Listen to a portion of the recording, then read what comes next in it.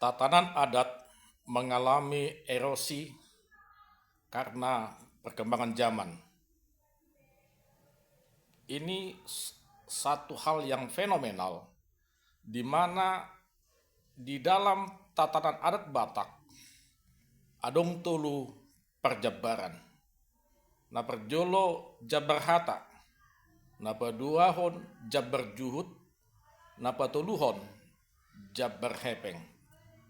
Apa yang berubah dalam tatanan perjabaran adat Batak itu sehingga fenomena ini harus diakui di beberapa daerah, khususnya di Jabodetabek, karena umumnya pelaksanaan ulaun adat Sari Matua maupun Sor Matua dilaksanakan di rumah duka karena alasan tempat parkir dan lokasi yang tidak mengizinkan. Hampir 15 tahun ke belakang sudah dilakukan ini perubahan rumah duka itu dari rumah orang yang berduka ke rumah duka yang ada dikelola oleh pihak-pihak swasta. Dan beberapa tahun belakangan ini fenomenal yang terjadi adalah adanya perubahan jabar juhud diganti dengan jabar hepeng. Adong doha tanda tua tu madok, aik godang do aik laut, dos niroha siben saut. Kenapa itu bisa terjadi? Karena apa?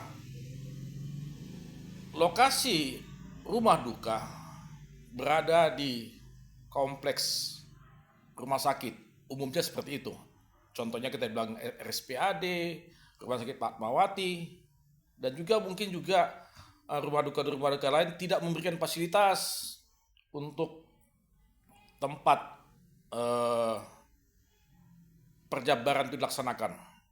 Jadi kalau di kami Persamosir, Jabar Saur Matua, Molohor Bositiku Taduk, dan itu nutungan nih.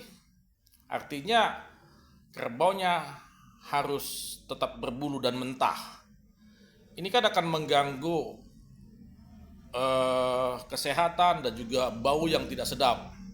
Di samping itu juga memang tempatnya tidak ada untuk menjadi tempat penempatan dan mengolah atau juga membagi-bagi jambar itu.